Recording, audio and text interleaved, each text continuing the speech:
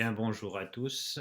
Alors, il faut que je prévienne tout de suite que les scénaristes qui essaient de maintenir votre attention avec quelque intensité dramatique m'ont prévenu.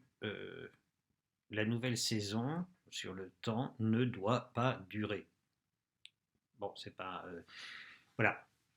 Donc, nous n'avons pas le temps de parler du temps. Ce qui va signifier qu'aujourd'hui, je vais vous parler d'Augustin, de Saint Augustin, euh, en essayant de raccourcir mon temps de parole.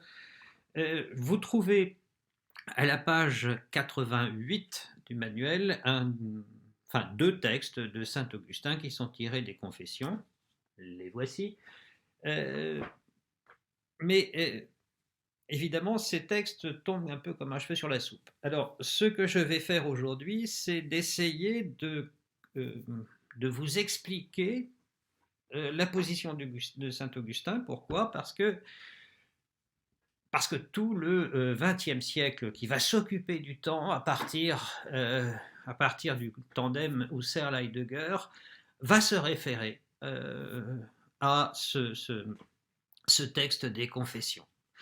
Il est extrêmement riche, je vais essayer de résumer ça, mais en même temps, nous ne faisons pas d'histoire de la philosophie, c'est-à-dire que connaître Augustin pour Augustin n'a qu'un intérêt mineur. Par contre, essayer de comprendre dans le texte d'Augustin quels sont les enjeux de la question de la temporalité aujourd'hui, 21e siècle, voilà ce qui va nous intéresser.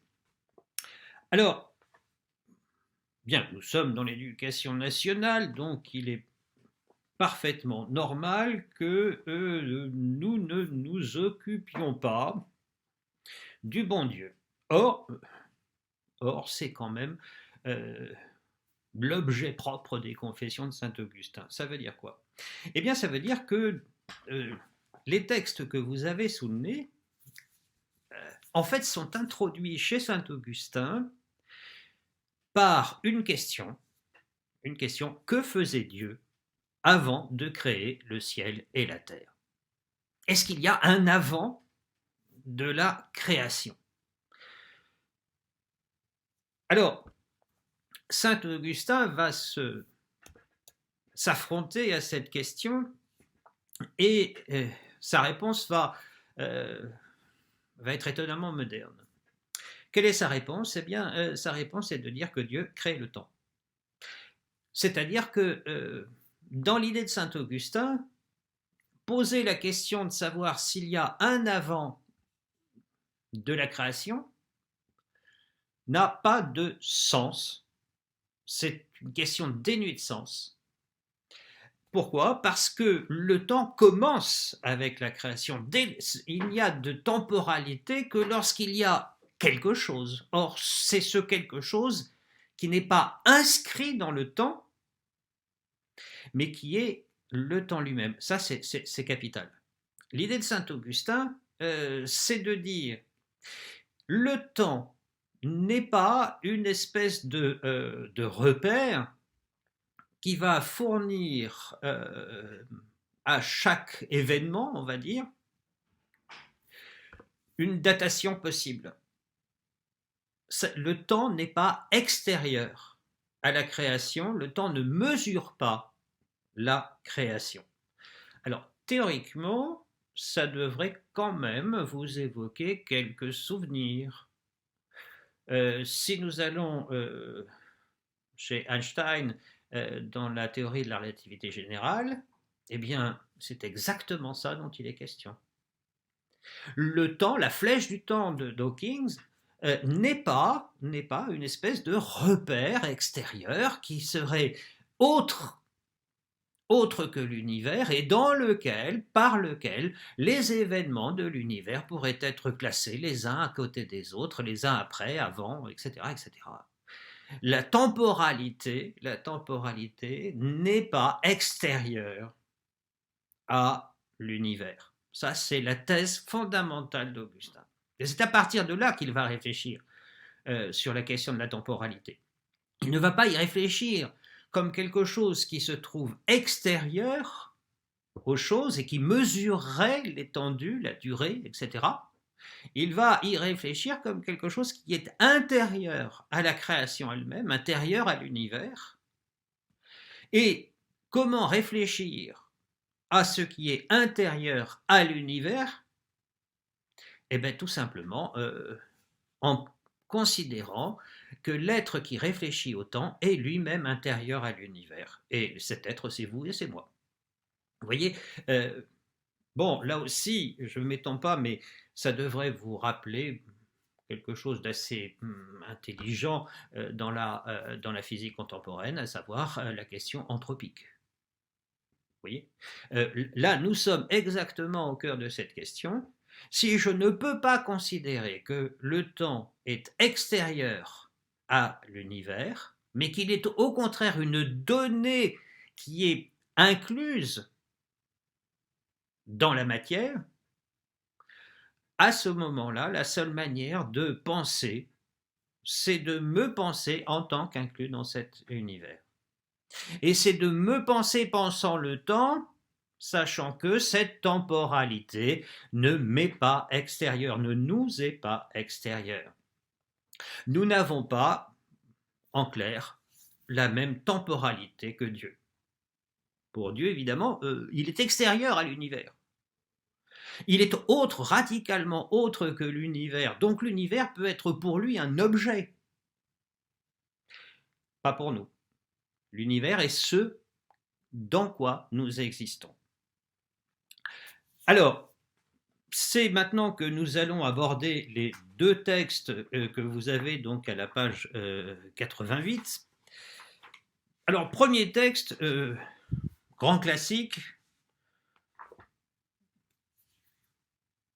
Le passé n'est pas, n'est plus. Le futur n'est pas encore. Et le présent, il a pour vocation de devenir passé, donc de s'évanouir.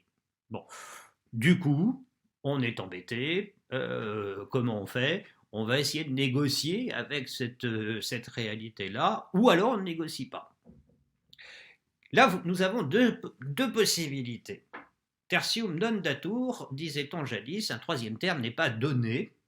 Donc, ou bien nous considérons ce que la philosophie scolaire a nommé les extases du temps. Oui, ça fait très chic, les extases du temps. Donc, bon, comme on n'est pas autour d'une tasse de thé, on va se passer de ce vocabulaire. Ce que nous nommons présent, passé, futur, forcément, comme dit saint Augustin, je ne sais pas de quoi je parle. Quand je parle du passé, je parle de quelque chose qui n'est pas, qui n'est plus. Quand je parle du futur, je parle de quelque chose qui n'est pas encore, qui sera, mais c'est indisponible, je ne sais pas ce que ça sera. Et quand je parle du présent, est-ce que je sais de quoi je parle? Pas plus. Alors, ceci étant dit, saint Augustin va essayer de comprendre un peu mieux, non pas les extases du temps, c'est-à-dire non pas une possibilité métaphysique, mais au contraire une possibilité existentielle. Et c'est ça la deuxième solution. Première solution, je parle des extases du temps, n'est-ce pas? Et je dis le temps, le passé, le présent, le futur, blablabla. Je me déconnecte à ce moment-là de l'existence. Et là, qu'est-ce que je fais en réalité? Eh bien, je ne prends pas en compte que la temporalité est intérieure à l'univers. L'idée d'Augustin, c'est le deuxième terme. C'est de dire si la temporalité est intérieure à l'univers parce que la notion de création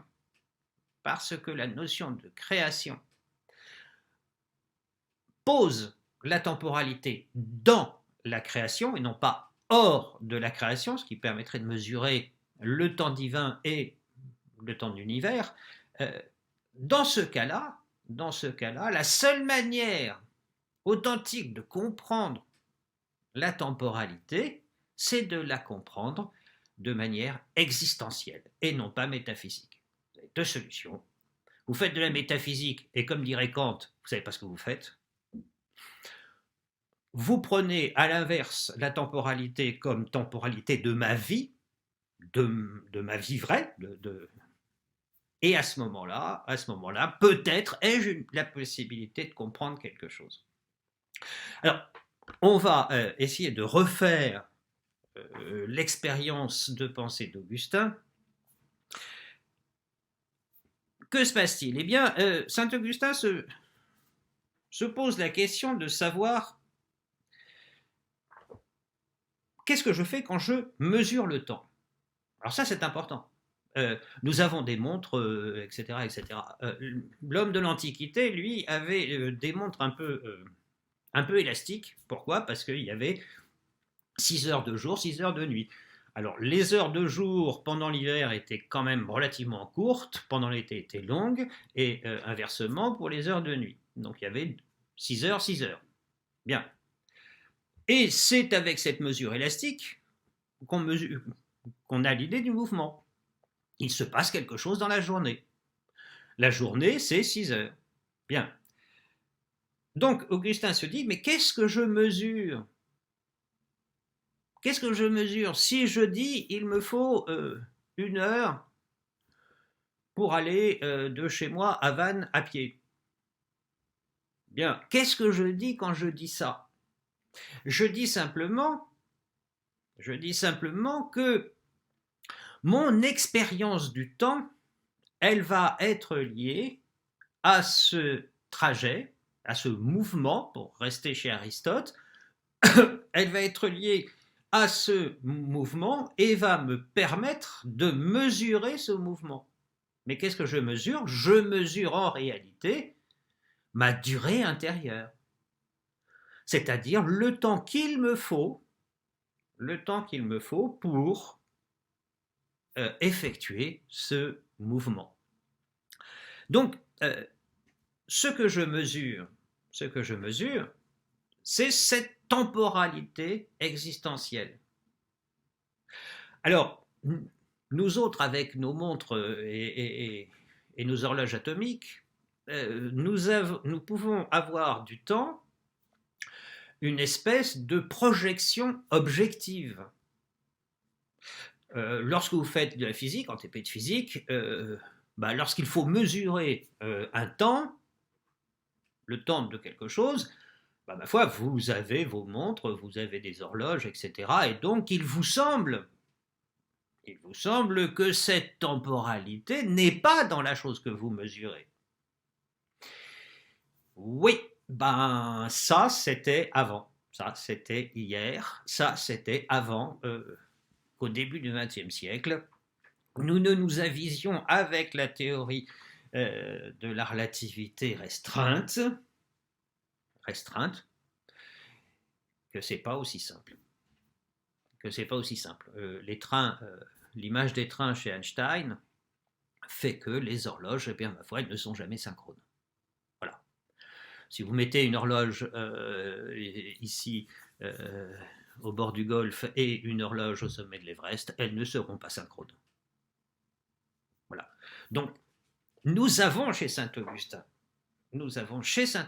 cette intuition que ce que je mesure à travers une mesure objective, le sablier, la clepsydre pour les anciens, votre montre, l'horloge atomique pour les modernes, ce que je mesure n'est pas quelque chose qui donnerait une espèce d'enveloppe possible à tous les événements, c'est en fait une durée intérieure. Et à partir de ce moment-là, on peut comprendre le deuxième texte que vous avez, à savoir l'idée que, en réalité, quand je dis présent, passé, futur, en fait, c'est un abus de langage. Pourquoi? Parce que je devrais, si j'étais à chaque fois rigoureux dans mes paroles, je devrais dire c'est le présent du passé le présent du présent, bon là, est-ce que ça a un sens? On n'en sait pas trop. Le présent du futur. Ce que je nomme passé, en fait, ce ne sont pas des événements antérieurs. Ce que je nomme passé, c'est la manière dont ces événements antérieurs sont présents. Ce que je nomme futur, c'est la manière dont ces événements à venir que je ne maîtrise pas, qui ne sont pas disponibles en tant que tels, sont déjà anticipés. Et ce que je dis présent, en fait, c'est la contraction de ces deux choses. Alors, ce petit texte, là, vous voyez, ces quelques lignes, eh bien, ça a donné un ouvrage, bon, certes pas très épais, d'Husserl, sur le temps. Quelle est l'idée d'Husserl? C'est exactement l'idée d'Augustin, à savoir que Husserl va analyser ce texte d'Augustin, et va le traduire plutôt, en disant que le passé est en fait la rétention du passé dans l'esprit, dans la conscience, et le futur est en fait la protension, c'est-à-dire un mouvement vers, une tenue par avance. Voilà, on pourrait traduire ça comme ça, une tenue par avance de ce qui va venir. Comment Husserl parvient-il à cette espèce à réécrire Augustin? Eh bien, à travers l'expérience de la musique. Que dit Husserl? Eh bien, il dit que lorsque nous écoutons un morceau de musique, que se passe-t-il? Eh bien, il se passe que les notes, les accords, etc., certes, ont mécaniquement, on va dire, selon l'horloge atomique, les notes se succèdent, les accords se succèdent. Sauf que notre esprit, dit Husserl, notre conscience, le flux de conscience qui me permet d'écouter, ce flux de conscience exerce une espèce de rétention du mouvement musical, de sorte que ce qui précède n'est pas tout à fait entièrement évanoui. La mélodie initiale reste d'une certaine manière à travers toutes les modifications de cette mélodie dans le morceau de musique. Donc, Husserl dit que la conscience, le flux de conscience est en fait un flux de rétention. Ça ne signifie pas, chez Husserl, ça ne signifie pas que nous nous souvenons. Husserl n'utilise pas la mémoire. C'est autre chose, la mémoire. Husserl dit cette temporalité est en fait une rétention de la conscience, comme si nous conservions, comme si nous voulions conserver cet évanouissement des notes de musique. En fait, nous les conservons. Et de même pour le futur, que se passe-t-il? Eh bien, il se passe que dans la musique, le mouvement musical, le mouvement mélodique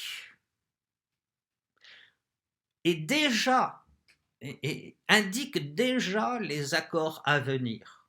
Et c'est là qu'un compositeur est un grand compositeur, c'est qu'il va jouer sur ce sentiment de l'accord à venir soit pour combler ce sentiment, soit au contraire pour le travailler un peu et donner un accord inattendu. Voilà. Et ce que dit Husserl, c'est qu'à ce moment-là, ce futur, cet avenir, en fait, nous sommes déjà protendus vers lui. Nous sommes déjà introduits dans cet avenir par le mouvement de rétention. Et donc la protension, c'est l'introduction l'introduction à ce futur, qui n'est pas complètement futur. Bon, mais vous voyez, ça, c'est exactement ce que dit Augustin, à savoir, le présent du passé, cette rétention, le passé ne passe pas totalement. Il est conservé dans le sentiment musical.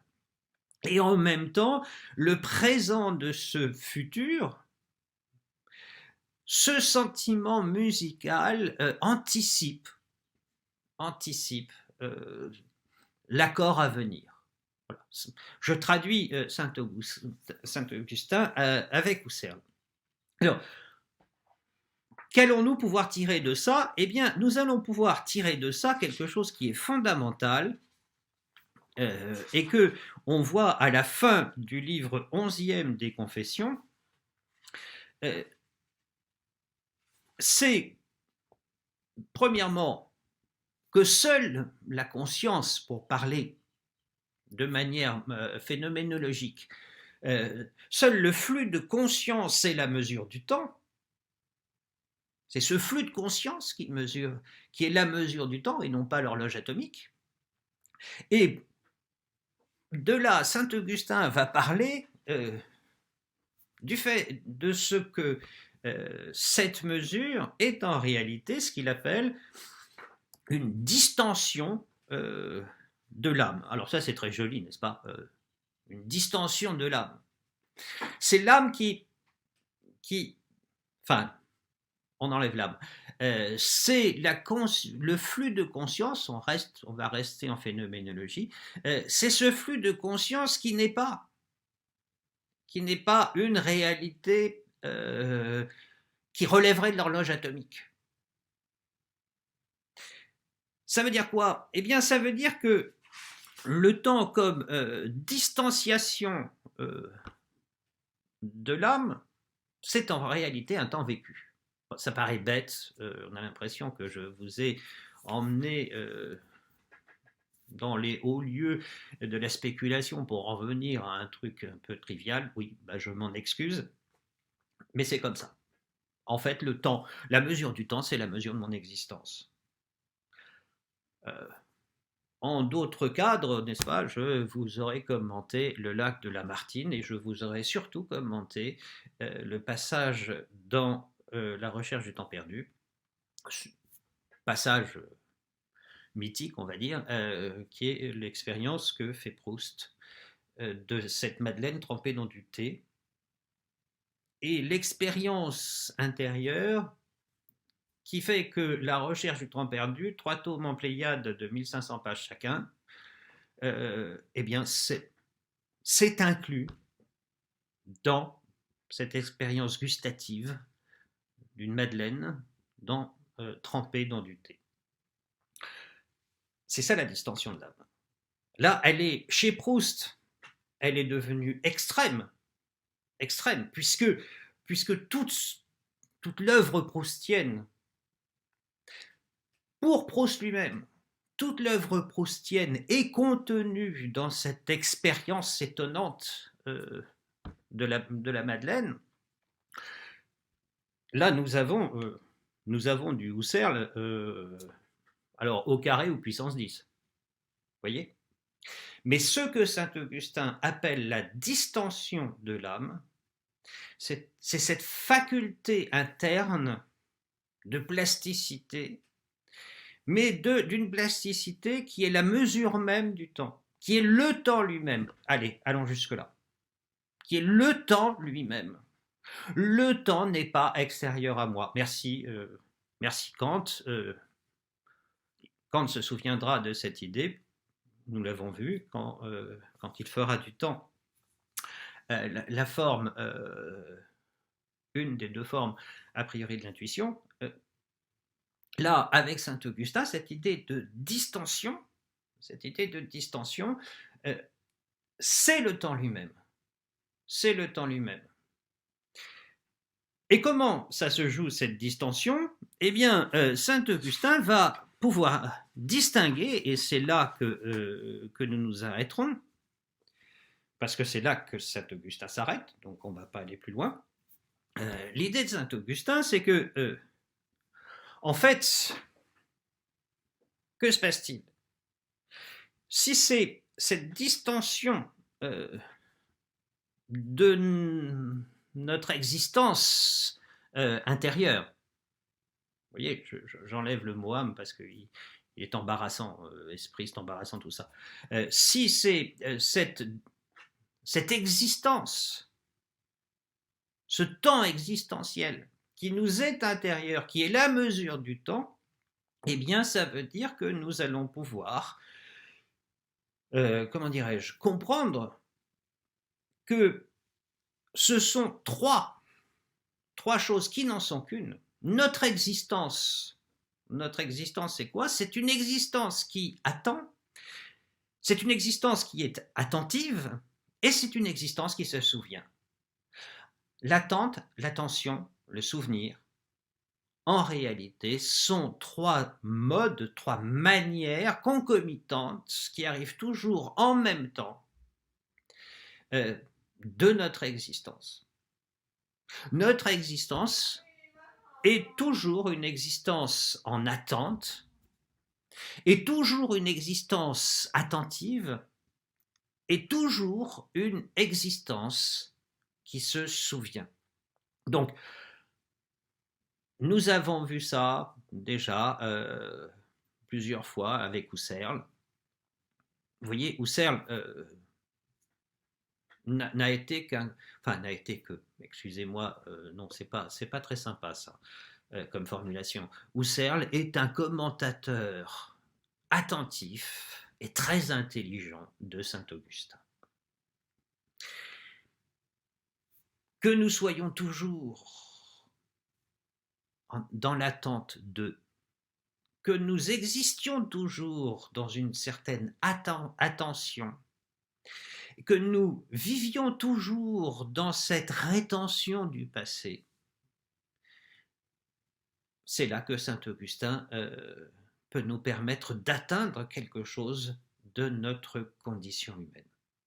Notre condition humaine, notre existence authentique, elle est dans cette réalité d'un temps, d'une temporalité qui n'est pas celle de l'horloge atomique, mais qui est celle de notre existence charnelle. Alors, ce qui viendra après, livre 12e et suivant dans les Confessions, c'est précisément